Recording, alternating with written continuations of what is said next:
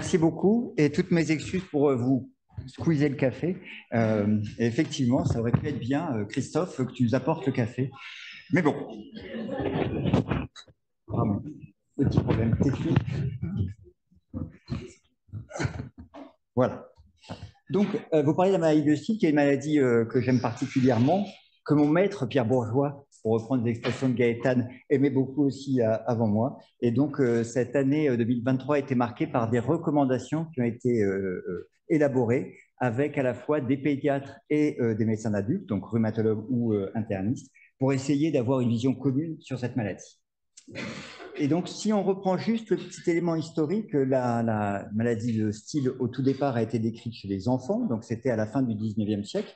On sait que la fréquence de cette maladie, c'était à peu près 1 sur 10 000 enfants. Il y a une étude plus récente qui a été faite, c'était une revue systématique de la littérature qui dit que c'est à peu près 1 à 5 cas sur 10 000.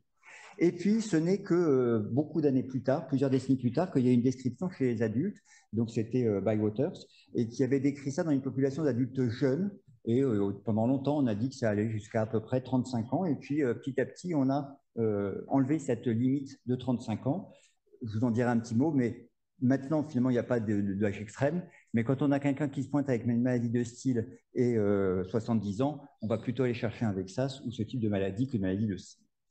Dans la chronologie, en fait, les premiers critères de classification pour essayer d'homogénéiser de quoi on parlait, c'était chez l'adulte avec Yamaguchi. Et puis, après ces critères de l'adulte, il y a eu un effort du monde pédiatrique avec les critères de Lillard, où là, ils ont essayé de faire une initiative pour regrouper tous les rhumatismes inflammatoires de l'enfant. Et la maladie de Still, qui était un petit peu à part, est devenue l'une des arthrites juvéniles idiopathiques. Et ça a été un petit peu la divergence entre le monde pédiatrique et le monde des adultes.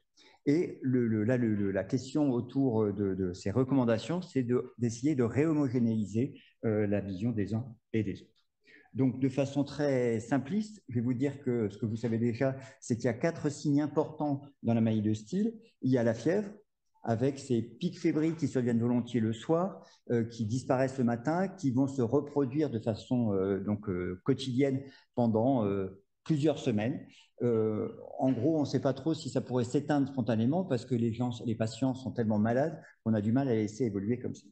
Il y a l'atteinte cutanée avec au départ les éruptions qui étaient concomitantes des pics fébriles et qui étaient dites à la limite de la visibilité, rose saumonée. Et puis maintenant, ça peut être ça, mais ça peut être aussi des lésions urticariennes sans qu'il y ait de différence en termes de diagnostic ou de clustering des patients. L'atteinte articulaire, qui était de tout temps pour les adultes des arthralgies ou des arthrites. Chez les pédiatres, c'était ça au départ. Et puis finalement, le fait d'avoir mis la maladie de Still dans les arthrites idiopathiques a fait que pour les pédiatres, il fallait qu'il y ait des arthrites pour parler de maladie de Still. Et puis enfin, il y avait, alors, il était dit aussi, ça, on le répète, hein, mais ça repose sur pas grand-chose ou des vieilles études, même avant que je sois né quasiment, pour vous dire, et qui disaient qu'il y a à peu près 30% des patients qui avaient des arthrites érosives. Alors c'est vrai qu'il y a des patients qui ont des arthrites érosives, et notamment des atteintes des poignets, uniquement des poignets, pas des MCP, pas des IPP, donc c'est différent de ce qu'on voyait dans les autres rhumatismes inflammatoires érosifs. On a l'impression globalement que ça se réduit parce qu'on prend les gens en charge différemment. Et puis, il y avait le dernier signe qui était dans ce contexte d'inflammation biologique, une augmentation des polynucléaires neutrophiles avec des seuils qui ont pu varier, mais ce qui revient régulièrement, c'est supérieur à 10 000 au moins chez l'adulte, avec plus de 80% de polynucléaires. Chez les enfants, ce serait plutôt 12 000. Et puis après, il y a plein d'autres manifestations qui ont été décrites, que vous connaissez. Ces manifestations, finalement, ne font pas que les patients ont une évolution différente. Ça peut de temps en temps aider. Notamment, il a été dit que quand on a le mal de gorge, c'est quelque chose qui est fréquent chez les adultes. Chez les enfants, les pédiatres ne savent pas dire si c'est vraiment fréquent ou si, en fait, comme c'est très fréquent pour tout enfant d'avoir mal à la gorge de temps en temps, finalement, il n'attribue pas une grande importance. Néanmoins, il était dit que lorsque les patients avaient une première poussée et qu'ils étaient en rémission, souvent, ils rechutaient avec les mêmes symptômes et le mal de gorge. Donc, finalement, les patients adultes, régulièrement, ils disent ça recommence. J'ai mal à la gorge, j'ai eu de la fièvre. Et puis après une semaine, ils savaient que c'était ça qui serait installé. Et puis surtout, il a été dit que quand il y avait mal de gorge, on pouvait éliminer raisonnablement une pathologie néoplasique, notamment un lymphome. Tout ça reposant plutôt sur des avis d'experts, mais pas forcément sur des données très robustes. Et puis, point plus important, il y a eu quelques complications dont on savait qu'elles mettaient en jeu le pronostic vital. C'est celle-là qui pose problème. Ça, c'était une revue qui a été faite en 2018, donc qui est finalement maintenant assez ancienne, où il y avait les atteintes cardiaques, donc notamment les tamponnades, des myocardites, pardon. L'atteinte pulmonaire, avec notamment des cas d'hypertension artérielle pulmonaire qui ont été observés, des hépatites fulminantes avec temps le recours à la greffe, et puis syndrome d'activation macrophagique ou des coagulations intravasculaires disséminées, qui étaient ces manifestations qu'on redoutait et qui peuvent correspondre à un phénotype particulier de la maladie. Pendant longtemps, on a présenté ce type de schéma en séparant les enfants et les adultes avec la limite de 16 ans, pardon, qui correspondait simplement que depuis que la médecine est séparée entre médecine d'adulte et pédiatrie, c'est à 16 ans ou 16 ans et quelques mois que l'on bascule d'un côté à l'autre. Donc c'est assez artificiel et ça ne correspond pas à quelque chose de pathogéniquement fondé. En termes d'expression clinique, ce sur quoi on est tous d'accord, c'est de dire que ça doit être systémique. S'il n'y a pas cet aspect systémique, le diagnostic de maladie de Site, ça ne tient pas bien la route. Et après, il peut y avoir ces atteintes d'organes ou les syndromes d'activation macrophagique qui peut différencier les choses. Et donc, vous trouvez dans la littérature régulièrement des rhumatologues qui parlent des formes articulaires chroniques, qui différencient un petit peu. Ça correspondait à cette évolution-là que vous voyez ici, si ma flèche vous voyez en bas, avec des gens qui ont une seule poussée qui ne vont jamais rechuter, des patients qui ont une poussée qui va finir par rentrer dans l'ordre et puis peuvent rechuter après quelques mois ou quelques années, et puis une forme chronique progressive, si on prend un schéma un petit peu comme dans la sclérose en plaques, et c'est là qu'on voyait les formes articulaires chroniques, et on a l'impression que cette forme notamment progressive et articulaire chronique, si on traite bien les gens, on ne devrait plus l'avoir. Alors, qu'est-ce qu'on sait de la pathogénie de la maladie? Au tout départ, on a surtout dit que ce n'était pas une maladie auto-immune, et quand ça a été dit, c'était dans les années 90, et c'était simplement parce qu'il n'y avait pas de facteur rhumatoïde et pas d'anticorps antinucléaires, donc c'était quand même pas très robuste. Mais maintenant qu'on a développé énormément d'auto-anticorps, enfin de détection d'auto-anticorps, globalement, il n'y a pas d'auto-anticorps dans cette maladie. Et puis, il y avait ce tableau inflammatoire global, mais pas bien compris. Et puis, dans la fin des années 90, est apparu le concept de maladie auto-inflammatoire, principalement pilotée par ces maladies monogéniques, qui étaient des fièvres récurrentes familiales. Et sur ces éléments, on a fait la comparaison avec ces syndromes auto-inflammatoires monogéniques. Et la maladie de Scie n'était pas une maladie où il y avait une agrégation familiale très importante, mais il a été dit que c'était probablement une maladie auto-inflammatoire, non familiale, non monogénique, donc plutôt sporadique.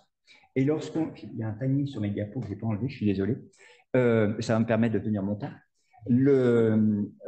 Quand on a fait il y a 6 ans cette revue de la littérature, on expliquait un petit peu comme ça la maladie, avec probablement un terrain génétique. On a tous des patients où il y a dans une fratrie, 1 ou 2 personnes qui ont la maladie. On a 2 familles qui ont été explorées. Pour l'instant, on n'a pas identifié de gènes qui étaient, ou de mutants qui permettaient de voir ce qui pouvait être associé à la maladie. Je vous dis juste ici, ils traînent des histoires avec le HLA DR-bêta1-15 dont je reparlerai tout à la fin. Donc certains sous-types HLA semblent être associés à la maladie, ce qui n'est pas tout à fait intuitif pour une maladie auto-inflammatoire. Maintenant, tout le monde s'accorde pour dire que auto-inflammatoire, ça veut dire que c'est une dérégulation de l'immunité innée. Donc le HLA n'est pas forcément quelque chose de très important. Il y a probablement des facteurs déclenchants qui vont aller activer l'immunité innée et avec l'activation d'inflammasomes. Et au tout départ, l'IL-1 semble être une cytokine qui est particulièrement importante, comme dans d'autres fièvres récurrentes familiales. Et puis, dans la description, on avait beaucoup mis en avant ces acteurs, macrophages, monocytes, cellules dendritiques, polynucléaires neutrophiles, qui étaient là au tout départ de l'inflammation et qui sécrétaient d'abord beaucoup d'IL-1, notamment par ailleurs des protéines S qui sont des alarmines qui vont avoir un rôle d'amplification de l'inflammation, et puis ensuite l'engagement d'un certain nombre de cellules même de l'immunité innée, et cet orage cytokinique avec beaucoup de cytokines que vous voyez, des taux élevés d'interleukine 6 et énormément de ce qu'on avait mis là dans le schéma, mais qui n'est absolument pas documenté, c'est toute la partie ici qui correspond à la partie résolution de l'inflammation. Au tout départ, on s'est dit que ça doit être comme dans les fièvres monogéniques, on doit avoir une dérégulation de l'inflammation. Jusqu'à présent, ça n'a jamais été démontré, et l'équipe de Lyon de Thomas Henry, qui a fait des analyses fonctionnelles sur les inflammasomes, notamment NRP3, de patients ayant une maladie de style, ils n'ont pas identifié de dysfonction de caractère anormalement activable des inflammasomes. Donc finalement, on n'est pas bien sûr que ce soit une maladie. Certes, il y a une inflammation de l'inflammasome, mais peut-être qu'au départ, elle est adaptée, et finalement, ce qui cloche, c'est ce qui est à la partie droite, c'est-à-dire la résolution de l'inflammation, que ce soit par des cytokines anti-inflammatoires dans l'ostéite chronique multifocale récurrente, qui est une autre maladie dont on pense qu'elle est auto-inflammatoire, principalement osseuse. Il a été identifié de façon répétée qu'il y avait un déficit en production d'IL-10. Donc, c'est peut-être un défaut de cytokines anti-inflammatoires. Et donc, dans ces phénomènes de résolution de l'inflammation, il y a tout un lot de médiateurs qui sont en cours d'exploration, ce qu'on appelle les résolvines, qui sont des médiateurs lipidiques qui vont participer à l'extinction de l'inflammation une fois que le danger est passé. Peut-être que ça peut être impliqué dans cette maladie, mais on ne sait pas. De façon plus récente, on a ce schéma qui est apparu. Donc, vous avez à peu près la même chose. Ce que je viens de vous présenter correspond surtout à la partie fébrile FIA. On va mettre de côté un petit peu la partie arthritique, c'est-à-dire ces patients avec une arthrite chronique, où il a été identifié, surtout dans les formes pédiatriques, qu'il y avait un rôle des TH17. Mais finalement, ces patients-là, quand on traite bien les patients, on ne les voit pas évoluer vers une maladie articulaire chronique. Donc, on n'a pas l'impression que ça pourrait être un phénomène finalement d'inflammation auto-entretenue qui se passe dans l'articulation et qui finalement témoigne peut-être de dégâts ostéo-articulaires, mais ce n'est pas directement lié à la maladie. Par contre, ce qui est important, c'est ce que vous voyez en haut avec le MAS, où là, ça correspond à un changement dans l'inflammation que l'on observe, avec notamment chez les patients qui ont une maladie de style ou une arthrite juvénile idiopathique forme systémique, on sait qu'il y a beaucoup d'inflammation. Il y a des taux d'IL-18 qui peuvent être assez élevés. Mais chez les patients qui ont un MAS, on voit que les taux d'IL-18 sont encore plus élevés. Et il y a une autre cytokine qui devient très importante, c'est l'interféron gamma. Et ça, ce n'est que lorsqu'on a une maladie de style avec le syndrome d'activation macrophagique. Donc ça, c'est un point important pour dire que finalement, il y a peut-être deux niveaux. Un niveau de la forme fébrile, où c'est surtout une maladie qu'on va dire IL-1 dépendante, c'est également le rôle d'IL-18, et une maladie qui va être un phénomène non pas que auto-inflammatoire, mais hyper-inflammatoire, c'est-à-dire associant des mécanismes qui sont de l'auto-inflammation, donc l'immunité innée et immunité adaptative, avec des productions très importantes d'interféron gamma. Ça va induire des productions encore plus importantes d'IL-18. L'IL-18, pardon, dans la forme systémique, c'est on va dire entre 5000 et 30 000 unités. Dans les centres d'activation macrophagique, on est à des 100 000 unités, donc c'est quasiment un log de plus. Donc ça, c'est quelque chose qui de plus en plus est en train de traîner, et je vais vous en parler dans un instant. Alors, comme je vous le disais, c'est ça qui va un petit peu organiser ma présentation. Il y a maintenant des recommandations, donc on a été deux à piloter, moi pour la partie adulte, et Fabrizio De Benedetti pour les pédiatres, donc qui est un pédiatre romain, pédiatre et immunologiste très bien connu, et on a essayé d'organiser la réflexion de tout un groupe où il y avait beaucoup de Français, beaucoup d'Italiens, il y avait peut-être un biais. Il y avait également donc des Allemands, des Néerlandais, des Anglais. Il y avait également des représentants de patients pour essayer d'avoir tous les aspects de la maladie. Il y a eu 4 questions qu'on a essayé d'adresser. Premièrement, on avait envie de dire que c'était la même maladie. C'est pour ça que depuis le départ, là, vous m'entendez parler de maladie de style et je ne peux pas parler de MSA, maladie de style de l'adulte, ou AOSD en version anglaise, ou FIAA ou FSHI pour les parties pédiatriques. Deuxièmement, il y avait la question du diagnostic et surtout du diagnostic précoce, avec l'idée que probablement pour ces patients, il y avait une fenêtre d'opportunité. Troisièmement, bien évidemment, c'était la question des traitements. Et puis quatrièmement, il y avait ces complications qui posent un problème quand on prend en charge les patients, parce que ça peut survenir un peu n'importe quand, et puis surtout, potentiellement, ça peut tuer les patients. Donc, la première chose qu'on a dit, c'est que oui, effectivement, on considérait que c'était la même maladie, donc par un vote tout à fait démocratique, il a été dit qu'on voulait appeler ça la maladie de style, point. Les arguments pour ça, c'est quand on a fait une revue de la littérature, on a regardé dans des cohortes de patients qui avaient donc dans la même cohorte, vous avez des enfants et des adultes, et on a regardé la fréquence des différents symptômes, symptômes cliniques ici. Vous voyez que c'est extrêmement superposé chez les enfants et chez les adultes. Les enfants sont en noir, les adultes sont en gris. Vous voyez qu'il y en a certains qui sortent du lot, comme les douleurs musculaires, qui sont difficiles à identifier chez les enfants, le mal de gorge, je vous ai dit un mot tout à l'heure, la perte de poids, qui n'est souvent pas le bon item chez les enfants, c'est plutôt la cassure de la courbe staturale. Quand vous regardez la biologie, on a exactement la même chose. Là où ça diffère, c'est quand ce n'est pas les mêmes normes. Donc, pour l'anémie et les leucocytes, ce n'est pas les mêmes normes chez les enfants et chez les adultes, mais sinon, c'est extrêmement superposable. Et en ce qui concerne les complications, vous voyez qu'on a exactement la même chose aussi. La fréquence des complications sont globalement les mêmes, sauf une petite différence pour le syndrome d'activation macrophagique. Alors, ça me permet de préciser quand même que si on dit que c'est la même maladie, l'expression de la maladie peut être différente chez les enfants et chez les adultes. En termes de fréquence, on a pour l'instant ces données. Dans la population pédiatrique, on voit qu'il y a une plus grande fréquence chez les jeunes enfants, donc avec un pic aux alentours de 5-6 ans.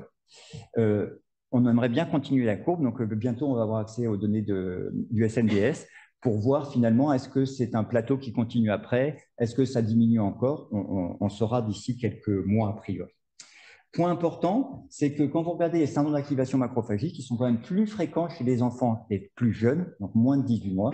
Donc ça, c'est quelque chose qui est vraiment à avoir en tête parce que ce sera, mais globalement, les pédiatres savent très bien que c'est ce qu'il faut redouter, alors que chez les adultes, c'est finalement des patients qui, là, pour un rhumatologue adulte ou un interniste, le risque de tomber sur un syndrome d'activation macrophagique quand on a un CID est quand même assez faible. Mais ça peut arriver. En termes, pour arriver à faire le diagnostic, on aurait adoré pouvoir recommander des critères de classification. Il y en a, les 3 premiers, c'est chez les enfants. Les 2 derniers, c'est chez les adultes. Alors, juste en dessous, là, le livre de François Lieferman, il y avait mon nom. J'allais vous parler des critères de Fautrel. Pour vous dire que surtout, c'est quand même, c'est un coup de Christophe ou de Marie-Élie, je suis sûr. Donc, surtout pour vous dire que ces critères de Fautrel, vous pouvez les oublier. Chez les adultes, on a montré que les critères de Yamaguchi, qui sont anciens, ils marchent très bien. Et puis, vous voyez, une sensibilité très élevée, mais surtout, sensibilité 96%, spécificité 98%, surtout si vous rajoutez la ferritine qui manque, parce qu'en 92, ça n'avait pas été identifié comme un biomarqueur intéressant. Vous voyez que si vous ajoutez le critère ferritine, vous passez à 100% de spécificité et de sensibilité et spécificité encore plus élevée. Donc, clairement, chez les adultes, le Yamaguchi marche très bien et vous y associez simplement la ferritine. La ferritine glycosylée, qui est une spécificité française, vous pouvez l'utiliser parce que personne n'a contredit que c'était intéressant, que c'est spécifique de la maladie. Donc, ça reste un bon indicateur. Mais finalement, c'est juste la petite cerise sur le gâteau. Pour les critères pédiatriques, donc c'est des différents groupes de travail. Le point important, c'est que dans les derniers, ceux du Printo, il n'y avait pas besoin d'avoir des arthrites. Et puis, chose importante, c'est pour ça que j'ai entouré Yamaguchi, c'est que Yamaguchi a été testé dans les populations pédiatriques, ça marche aussi. Donc, on aurait adoré dire que Yamaguchi était les critères qu'on pouvait utiliser chez les enfants et chez les adultes, mais comme il nous manquait notamment des experts du CARA, on n'a pas été jusque-là. Donc, c'est sur l'agenda de recherche. En termes de principes généraux, on a ajouté des petits éléments sur le fait de dire que ça devait être une décision partagée au moment où on mettait en place les traitements, donc il fallait inclure les patients ou leurs parents. Chose importante, on gardait le treat to target qui avait été développé dans la polyarthrite rhumatoïde, c'est-à-dire simplement dans les décisions de traitement, on va ajuster les traitements en fonction de l'activité de la maladie, ça paraît logique. Et puis, dernier point aussi important, l'objectif, c'est quand même d'obtenir une rémission et d'arrêter les traitements. Et on pense que c'est possible chez une grande majorité des patients. Et puis le dernier point, c'était sur les centres d'activation macrophage qui reviendrait, le fait qu'il fallait savoir le détecter et que ça pouvait arriver n'importe quand, y compris en début de traitement. On y reviendra aussi. En termes de diagnostic, donc ça, on a rappelé les 4 signes principaux. Et vous voyez qu'il y a en gras sur le 3e bullet point, le fait qu'il y avait des arthralgies ou des myalgies et qu'une arthrite était un facteur qui allait renforcer le diagnostic, mais ce n'était pas nécessaire. Donc ça, c'est un point important pour les pédiatres parce que, notamment dans les essais, c'était quelque chose qui était impératif. Et il y avait ces données qui viennent du groupe de Fabrizio De Benedetti à Rome et qui montrent bien que les arthrites sont le symptôme qui arrive le plus tard chez les enfants, à peu près, là c'était une médiane de 29 jours, et donc finalement à attendre les arthrites, on perd du temps, alors même qu'on a fait le diagnostic avant. Et l'autre élément qui renforçait ça, c'était que c'était une étude néerlandaise du groupe de Bas-Wasser qui avait montré que quand on comparait les patients enfants avec ou sans arthrite, vous voyez sur les différents paramètres, ils sont exactement au même niveau qu'il y ait ou non les arthrites, donc ce n'était pas une population avec une pathogénie spécifique. À la fin, on a mis une petite référence aux marqueurs biologiques, la CRP, qui est très important, la ferritine également, qui est très importante et qui vraiment doit être un paramètre qui est fait de façon régulière au cours du suivi. La CRP ne suffit pas et la ferritine va vous donner des informations en plus. J'y reviendrai. Et puis, parce qu'on le fait tous, on a voulu mentionner l'interleukine 18, parce qu'on l'utilise, ceux qui ont accès à ce dosage l'utilisent. Ça permet vraiment d'identifier des patients, ça va renforcer notre certitude diagnostique. Le problème qu'on a, c'est qu'il n'y a pour l'instant pas de seuil qui soit vraiment bien défini. Ce que je vous ai dit sur 10 000 versus 100 000, c'est notre expérience dans le laboratoire avec lequel on dose l'interleukine 18, mais ça peut varier d'un endroit à l'autre. Et puis, on a également mis les protéines S100. Donc, vous connaissez la S100 à 8 à 9, c'est la calprotectine sérique. Et puis, il y a la protéine S100 à 12. Même chose. Il y a nos collègues allemands qui disent ici, on a des données, on a vraiment démontré que c'était un marqueur qui était important et qui orientait vers le diagnostic, notamment la protéine S100 à 12. Mon expérience de la calprotectine, c'est que finalement, c'est rarement discordant avec la CRP et que ça ne va pas forcément emporter ça va pas apporter énormément au diagnostic. Mais tout ça va être précisé dans l'agenda de recherche. Et puis, dernier point, c'était sur les diagnostics alternatifs. Il y a beaucoup de diagnostics alternatifs. Donc, on a essayé de faire une liste de tout ce qu'il fallait intégrer dans le bilan. Et j'insiste là sur ce qui est en violet, sur le fait qu'il faut doser la ferritine, pas la ferritine glycosylée de façon répétée, mais la ferritine de façon répétée, oui. Qu'il y a également les triglycérides qui correspondent, j'en parlais tout à l'heure, au syndrome d'activation macrophagique, et que finalement, c'est des choses qu'il faut monitorer de façon régulière. Il y a un autre élément également sur le myélogramme, qui est vraiment pas quelque chose qu'il faut dégainer rapidement, et que même pour les centres d'activation macrophagique, il y a des scores qui existent et qu'il faut nous permettre de l'éviter. Et puis, on a identifié aussi HLA DR-bêta 15, je vais en reparler. Et ça, c'était OK. Alors, en termes de prise en charge, on n'a pas d'outils pour mesurer l'activité de la maladie. On n'a pas les mêmes chez les enfants et chez les adultes. On n'a pas grand-chose en fait.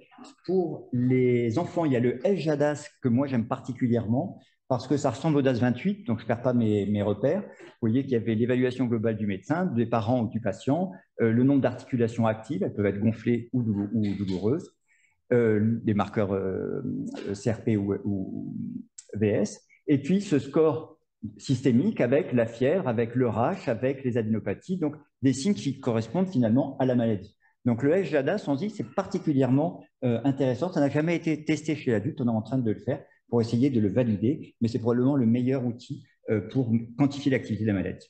Chez l'adulte, le mieux qu'on ait, c'est le score de Pouchot, modifié, parce que la ferritine a été rajoutée après, donc de Jacques Pouchot.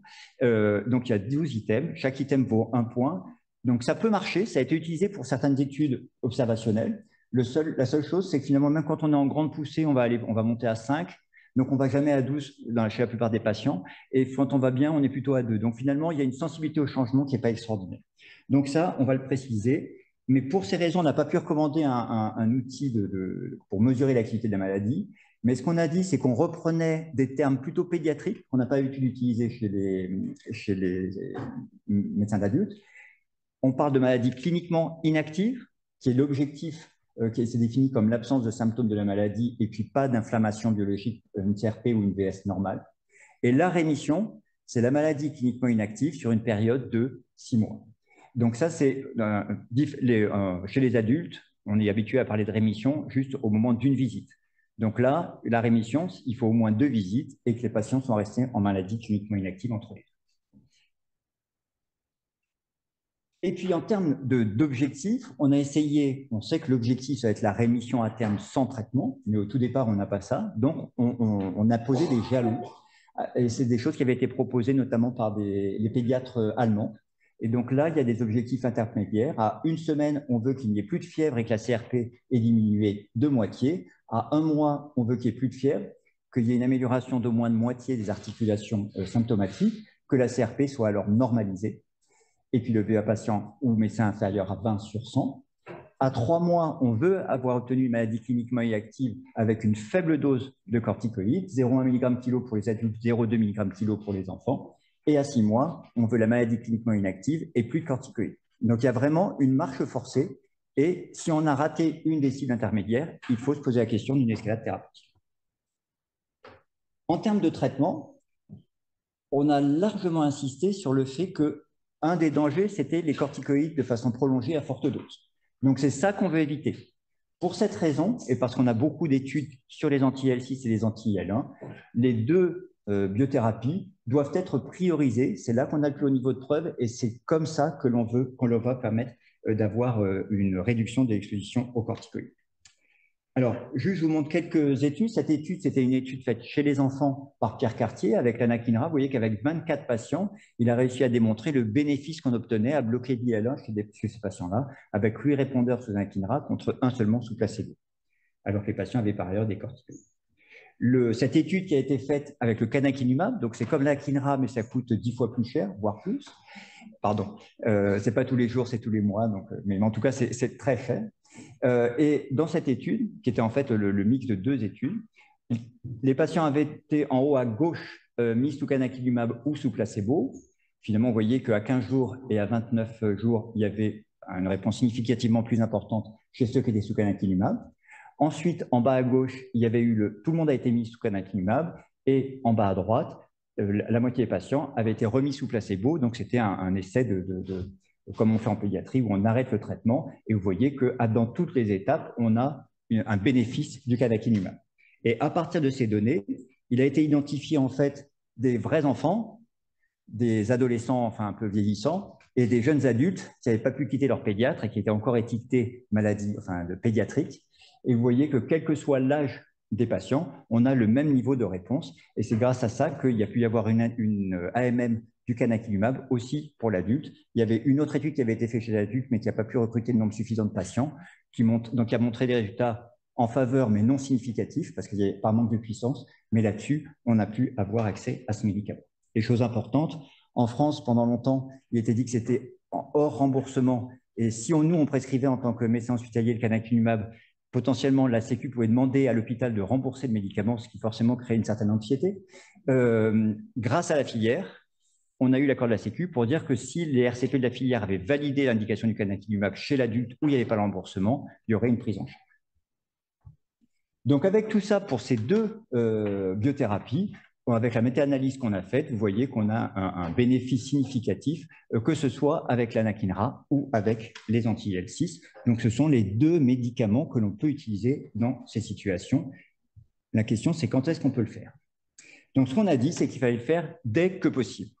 Alors, bien évidemment, on peut nous reprocher un certain biais parce qu'on a des interactions avec les industriels, mais l'idée derrière, c'est vraiment que, on veut éviter de voir des patients qui ont 6 mois, 9 mois de corticoïdes, les vergétures, le faciès cushingoïde et toutes ces choses-là, en mettant des traitements qui vont être plus efficaces.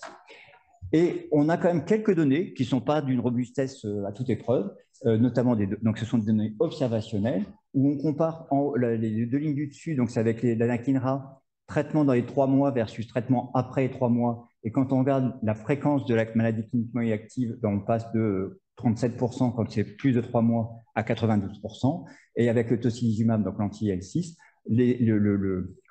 early, c'est plutôt en moyenne moins de 12 mois. Un mois versus 7 mois, vous voyez que là, il y a aussi une grande différence, 54% de maladies cliniquement actives versus 0%.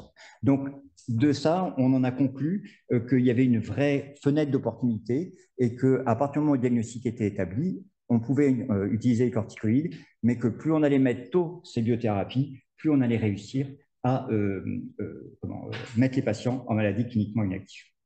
Et puis l'autre élément qu'on a ajouté, c'était qu'il y avait quand même une différence entre les deux types de biothérapie. Les anti-IL-1 sont probablement un peu plus spécifiques de ce mécanisme auto-inflammatoire que les anti-IL-6, qui peuvent être utilisés dans plein d'autres maladies. Deuxièmement, en termes d'infection, notamment d'infections sévères, la fréquence des infections est quand même moins importante sous anti-IL-1 que sous tocilizumab. Et au départ du diagnostic, il y a quand même régulièrement, on se pose la question, est-ce que ce n'est pas une infection sous-jacente?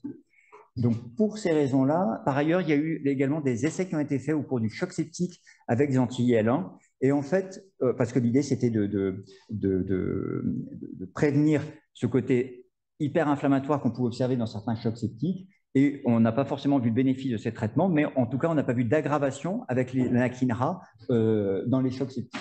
Donc, pour toutes ces raisons, on a écrit, non pas dans la recommandation, mais dans le texte, qu'on privilégiait le blocage de l'IL1 par rapport au blocage de l'IL6. Donc, ça aboutit à ce petit schéma. où vous avez en haut, on parle d'une maladie active. Si la maladie est très active, à gauche, là, il va falloir mettre des corticoïdes à forte dose, probablement par voie IV, mais pas forcément, associés d'emblée ou rapidement à un anti-L1 ou un anti-L6. S'il n'y a pas une activité élevée, à ce moment-là, vous avez dit qu'on a mis d'abord une biothérapie anti-L1, anti-L6. On pourra mettre un peu de corticoïdes, probablement à dose plus faible, mais vous voyez qu'il y a le petit plus ou moins. Ça veut dire qu'on peut imaginer qu'on peut se passer des corticoïdes. Ce qu'on a tous fait, c'est une minorité de patients pour lesquels on se sent suffisamment confortable, mais en tout cas, mettre une corticothérapie vraiment réduite. Ensuite, ben, finalement, si ça ne marche pas, on fait des rotations entre anti-L1, anti-L6, où on passe d'un anti-L1 à un autre anti-L1. En pratique, le plus souvent, alors chez les médecins d'adultes, c'est plutôt anakinra, si ça ne marche pas, tocilizumab, si ça ne marche pas, cana. Alors, c'est jamais si ça ne marche pas du tout. Si on a des échecs primaires à anakinra, on remet en cause le diagnostic. Mais en tout cas, si on a une réponse inadéquate, à ce moment-là, on fait plutôt à passer à un anti-L6 et à revenir au anakinumab en troisième intention du fait du prix du médicament. Alors que les pédiatres qui ont participé aux essais anakinumab, ils ont à la fois la MM et le remboursement indiscutable. À ce moment-là, c'est un médicament que les pédiatres aiment. Dernier point, une fois qu'on a gardé la maladie cliniquement inactive pendant 3 à 6 mois, à ce moment-là, on peut se poser la question de réduire progressivement les traitements biologiques. Et là, globalement, c'est comme on fait dans d'autres maladies, on va espacer les injections progressivement et voir si on peut finalement arrêter, ce qui en général est le cas. Encore qu'il y a des patients qui vont être bien à une injection d'anakinra par semaine, et puis dès que vous passez à tous les 10 jours, eh ben, ils vont chuter. Donc à ce moment-là, on reviendra un petit peu en arrière. Donc là, pas de données, pas d'études pour l'instant. Les complications, ça c'est un point important. Donc on insiste beaucoup, et c'est ce qu'on essaie de redire à chaque fois aux cliniciens qui font le diagnostic de maladie de Steel, et qui souvent disent « Ouais, super, on a fait le diagnostic, ça n'arrive pas tous les jours, et on est content quand on fait un diagnostic d'une maladie comme ça un peu rare. On commence le traitement, super, et là, il y a un peu un manque d'attention. Ce sont des patients à surveiller de façon très répétée du fait du risque de complications. Donc, on a identifié vraiment, c'est les choses qu'on voulait mettre en avant, le syndrome d'activation macrophagique et également les atteintes pulmonaires qui sont à l'échelon international quelque chose qui a beaucoup ému tout le monde. J'en vais en dire un point tout à l'heure, je ne vais pas spoiler le. Donc, il faut dépister et faire cette surveillance active. Pour ce qui est du SAM, on a précisé un petit peu ce qu'on appelait surveillance. Et c'est le fait que le patient qui avait répondu, par exemple, au départ au traitement, redevenait fébrile. Donc, c'était à nouveau des signes qui réapparaissaient. C'était l'apparition d'une splénomégalie qui n'était pas au départ. Et c'est surtout la ferritine qui va être élevée ou surtout qui va remonter. Donc, c'est pour ça que je vous ai insisté au tout départ sur le fait qu'il fallait surveiller la ferritine régulièrement. C'est que ça va être une question de cinétique. Et des patients peuvent garder une ferritine un petit peu élevée. Et ceux-là, on sait que ça va être des gens dont il va falloir se méfier. Donc, la cinétique des ferritines, le fait qu'elle reste haute, voire qu'elle augmente, devient un élément d'alerte pour un syndrome d'activation macrophagique.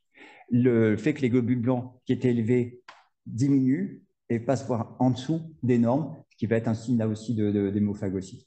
Le fait d'avoir des transaminases qui augmentent, le fait d'avoir des troubles de la coagulation ou des triglycérides qui sont élevés ou qui sont en train d'augmenter. Donc, c'est vraiment le message, c'est des valeurs anormales ou une évolution dans la mauvaise direction. Et pour faire le diagnostic, donc on a insisté sur les scores pour ne pas faire de 1000 mg à tous les patients. Donc, je vous ai mis là ces scores, mais donc ils sont à peu près redondants. Il n'y a pas eu de comparaison directe dans les scores. Le score H, c'est un vieux score qui a été, enfin vieux, pas tant que ça, mais il y a 10 ans, mais qui a été fait par Laurence Fardet à Saint-Antoine. Le M score, c'est fait par des pédiatres de Rome. J'ai toujours pas compris pourquoi ils avaient fait ce score. Ils avaient l'air de dire que le score H ne marchait pas chez les enfants, mais je n'ai pas l'impression que ce soit quelque chose qui soit largement accepté. Et puis, le dernier score, c'était un groupe d'hématologues, pédiatres et internistes qui travaillent sur la HLH, réactive HLH. Et donc, ils ont identifié des facteurs, des critères qui sont un tout petit peu différents, mais finalement, pas de contradiction entre tout ça. Là-dedans, ce qui est important, c'est qu'avec ces scores, il a été possible de définir des personnes à risque de syndrome d'activation macrophagique. C'est des patients qui ont un score élevé, mais qui n'ont peut-être pas passé le seuil, et chez lesquels on va refaire les items, et on va voir petit à petit, leur score augmente, et probablement, c'est des gens qui vont faire un SAM si on ne modifie pas les traitements.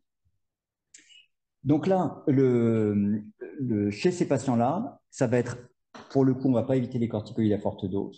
L'anakinra est un traitement qui est régulièrement utilisé avec éventuellement des doses qui vont être plus importantes, ça pourrait être fait par voie IV.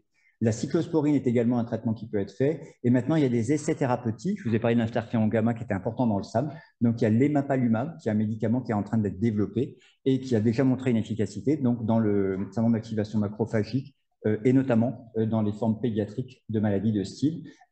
Donc, en gros, il y a des choses qui sont en train d'apparaître. On aurait bien aimé mettre JAK inhibiteurs parce que les JAK inhibiteurs vont agir également sur la voie d'interféron gamma. Ça peut marcher, sauf que c'est des données vraiment très parcellaires et en termes de recommandations, on ne peut pas les introduire, les faire figurer, mais il y a quand même des choses sur les anticorps. Les maladies pulmonaires, ça a été la nouveauté des 5 dernières années. Donc, ce n'était pas quelque chose qui était identifié jusqu'à présent dans les vieilles séries de maladies de Steele, notamment pédiatriques. Il y avait des atteintes pleurales qui avaient été identifiées, les hypertensions artérielles pulmonaires, ça avait pu être également identifié, très rare, mais normalement, ça a pu être identifié. Et là, c'était des patients qui, petit à petit, présentaient des symptômes respiratoires, mais pas particulièrement violents. Ils avaient un hypocratisme digital, et puis lorsqu'il y avait des examens, ils avaient des altérations de la fonction pulmonaire. Et c'est surtout le scanner qui a permis d'écrire une présentation un peu particulière. Donc, ça a été les signes au départ. Ce qui est important d'avoir en tête, c'est que ce sont des signes qui ne sont pas du tout brutaux. C'est petit à petit une gêne respiratoire ou des signes respiratoires qui arrivent. Sur le scanner, principalement, ça va être un épaississement des septa interlobulaires. Et puis, il peut y avoir également des images de protéinose alvéolaire. En gros, c'est une accumulation de surfactants dans les alvéoles. Et l'idée était que les macrophages étaient des cellules qui étaient plutôt masculines et que donc elles savaient faire qu'une seule chose à la fois. Donc, dans un contexte très inflammatoire, les macrophages oubliaient d'éliminer le surfactant. C'est comme ça que c'était décrit. Hein. Donc, je reprends, citation qui est jolie. Et puis, il y a quand même aussi un infiltrant interstitiel. Donc, ça a été présenté comme des atteintes pulmonaires de maladies de Steele, pour certains des atteintes interstitielles pulmonaires, mais ce n'est pas que interstitiel, de maladies de Steele. Et ça a été l'objet de toute une polémique, parce que les patients qui ont fait ces symptômes étaient des patients qui étaient souvent, ce n'était pas au début de la maladie, ils étaient déjà traités par anti-IL1, par anti-IL6. Éventuellement, ils avaient déjà fait des complications. Et certains avaient eu la mauvaise idée d'avoir une augmentation des éosinophiles. Et donc là, il y a eu toute une littérature dans la RD, enfin bon, avec une immunoallergologue de San Francisco particulièrement dynamique, qui a dit, mais c'est un DRESS syndrome ou un DRESS-like syndrome, et c'est évident, c'est la faute des biomédicaments, c'est des réactions médicamenteuses, de l'hypersensibilité médicamenteuse à l'anakinra ou au tocilizumab. Plusieurs choses ont commencé, donc c'est devenu un phénomène chez les médecins, mais également chez les associations de patients. Et donc les pédiatres américains se sont trouvés dans une situation où les parents disaient, mais on a vu sur les réseaux sociaux que c'est la faute du médicament, arrêtez votre médicament. Ça n'a pas amélioré les patients, voire certains patients sont décédés. Deuxièmement, il n'y a pas d'éléments communs, de constituants communs, y compris dans les excipients, entre anakinra et tocilizumab, ce qui était un autre élément qui ne collait pas bien. Et donc, depuis, l'idée, c'est de dire qu'il y a peut-être un rôle du médicament pour modifier un petit peu le système immunitaire, mais ça ne suffit pas et c'est surtout pas un DRESS. Donc, depuis, il y a eu des choses. Ça, c'est les pédiatres européens se sont concertés en disant bah, c'est marrant, c'est décrit aux États-Unis, nous, on n'a jamais vu ça. Et puis finalement, quand ils ont regardé leur vieux cas, ils ont dit, mais si, en fait, mais comme ces patients qui cliniquement ne sont pas extrêmement mal, finalement, ils étaient passés à côté d'une entité particulière. Donc, il y avait exactement la même chose. Ce n'est pas des patients tout jeunes, donc ils avaient déjà une certaine histoire de maladie, 3 ans. Beaucoup avaient déjà fait un centre d'activation macrophagique. Donc, certains avaient effectivement une hyperéosinophilie. Il y avait des taux extrêmement élevés d'interleukine 18. Il y avait l'atteinte pulmonaire, comme on avait dit. Certains, mais pas tous, avaient été exposés à des biothérapies. Donc, l'hypothèse DRESS uniquement ne tenait pas bien là. Et puis, il a été identifié qu'il y avait un groupe HLA DR-bêta 1,15, dont je vais parler au tout départ, qui était anormalement trouvé chez ces patients. En gros, dans la population générale, c'est comme dans la colonne où vous voyez les drogues tolérantes, or pas d'atteinte pulmonaire de la maladie de Steele. C'est à peu près 25% de la population qui a cet allèle HLA. Chez les patients, c'est au moins 80%. Chez certains patients, vous voyez, dans certaines séries, c'est 100%. Donc, finalement, il y a un rôle de ce HLA. Et l'idée derrière qui a été proposée, c'était que c'était pas la partie de gauche qui correspond à un Brest. On a donc bien le médicament qui devient l'origine de la stimulation immunologique et qui aboutit à cette hyperéosinophilie, à cette atteinte pulmonaire. C'est plutôt l'autre chose qu'ils ont appelé ça une plasticité cytokinique. Vous avez un blocage partiel par des anti-IL1 ou des anti-IL6 et ça dévie la réponse de votre système immunitaire. Peut-être avec l'effet d'un facteur d'environnement, c'est-à-dire que vous avez des cellules qui sont hyperactivées. Vous bloquez une partie de la réponse immunologique, mais pas toute. Et puis survient une infection ou peut-être autre chose. On n'a absolument pas d'explication pour ça. Et sur le terrain HLA, DR-bêta1 spécifiquement, ces patients vont activer une partie de leur système immunitaire qui n'était pas activée dans le cadre de la maladie de Syl. Donc c'est cette hypothèse qui semble le plus intéressante maintenant. La question qu'on se pose, c'est est-ce que c'est uniquement pour l'atteinte pulmonaire ou est-ce que ça ne pourrait pas être appliqué pour d'autres formes graves de maladie de Syl? Donc, on est en train d'explorer les choses pour notamment de faire le typage HLA de beaucoup de patients. Donc, on vous a déjà contacté certains d'entre vous parce que vous avez des patients avec des formes graves pour voir si ça pourrait être une explication. Donc, ce qui a été dit là, c'était que sur la base des données actuelles, la présence de facteurs de risque ou l'apparition d'une atteinte pulmonaire de maladie de Syl ne doit pas être considérée comme une contre-indication à la poursuite ou à l'introduction des anti-IL1 et des anti-IL6. Donc ça, c'est important. Les pédiatres américains sont venus nous remercier à la fin de la CR en disant « Heureusement que vous l'avez écrit parce que nous, on ne pouvait pas l'écrire parce qu'on était accusés d'être achetés par les industriels. » Donc, ça va permettre de se dire que c'est une situation compliquée.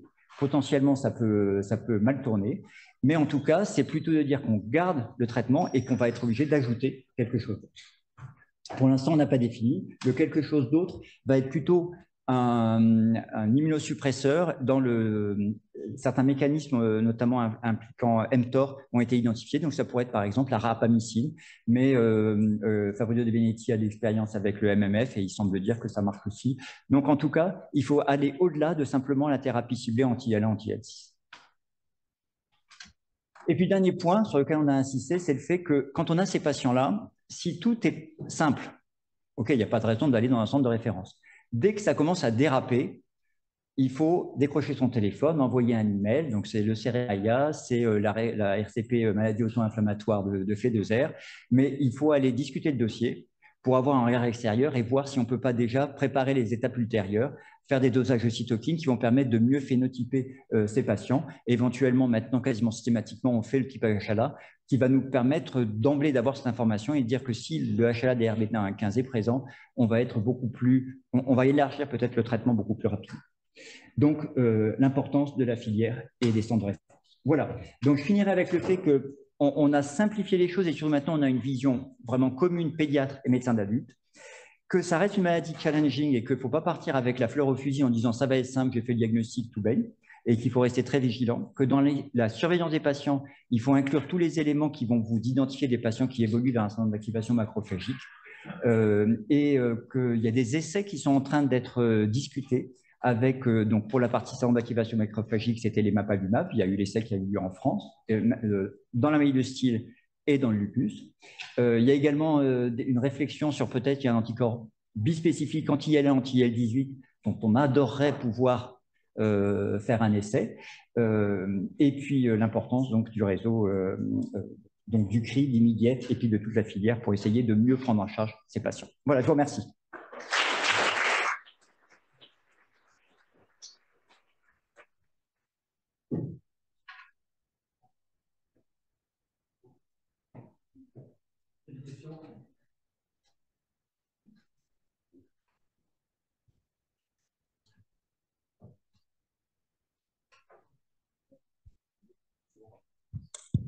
Merci. Merci Bruno. Une question dans les formes très graves de maladie de Still, celle où la cyclo, les anti-IL1 ne marcheraient pas et où l'emapalumab serait, j'imagine, pas accessible comme ça dans l'urgence. Par analogie avec les syndromes d'activation macrophagique, l'étoposite, ce n'est pas une stratégie en fait où il y a beaucoup de données? Alors, il n'y a pas beaucoup de données dans la maladie de Still. Et surtout, la tolérance de l'étoposite n'est pas parfaite. Donc, en gros, on est plutôt à se dire que donc la cyclosporine, ça peut quand même très bien marcher, même s'il n'y a pas beaucoup de données publiées sur la cyclosporine. Et après, je crois que vraiment, j'irais plutôt vers un anti-JAK si l'emapalumab n'est pas disponible. Et dans les anti-JAK, il y a une question de dose. C'est-à-dire que on a des patients avec... Donc d'abord, dans les anti-JAK, on a fait quelques patients. On avait publié cette série dans des maladies de style de base. Ça ne marche pas bien. Il y a des Chinois qui avaient dit que ça marchait très bien. En fait, Yassine Sassavic en Angleterre et nous, on avait testé et non, ça ne marche pas bien. Dans les formes d'activation macrophagique, on a l'impression que ça marche, mais j'ai une patiente qui avait mis sous baricitinib parce qu'on l'aime bien, parce que c'est bien toléré. Ça n'a pas marché. On l'a mis sur ruxolitinib, ça a marché. Donc, je pense vraiment qu'il y a une question de dose. De dose. De dose. De dose. Et on voit bien, même avec l'upadacitinib dans les rhumatismes inflammatoires, il y avait une forte dose qui était à 30 mg qui marchait un peu mieux que la faible dose. Sauf que c'est après la balance entre risque d'effet indésirable et efficacité qui fait qu'on n'a que la dose de 15 mg en partie en rhumatologie. Voilà. Sur le chat, on nous demande à quelle fréquence recommandez-vous la surveillance biologique ferritine, triglycérides, LDH pour le SAM? Alors, si on est au tout départ, ça va être 2 ou 3 fois dans la semaine. C'est vraiment, on fait l'ensemble des biomarqueurs pour être sûr que ça évolue dans le bon sens. Après, c'est quand on revoit les patients, c'est à ce moment-là qu'on a tout. Et souvent, quand ces patients vont mieux, dans la prescription, il y a faire le bilan, dans 6 mois par exemple, et en cas de crise. Et en cas de crise, il y a l'ensemble des biomarqueurs. Une question, je trouve déjà que ces recommandations vont dans le très bon sens, adulte, enfant, c'est très bien. Et puis les biothérapies en première intention sont attendues depuis longtemps. La question, c'est, dans les recommandations, est-ce que vous avez défini ce qu'était la résistance, notamment à un anti-IL1? Non. Et parce qu'on sait que c'est très dose dépendant. En pédiatrie, on monte très, très, très vite chez le petit. Et est-ce que c'est pas... Enfin, est-ce que ça manque pas un petit peu?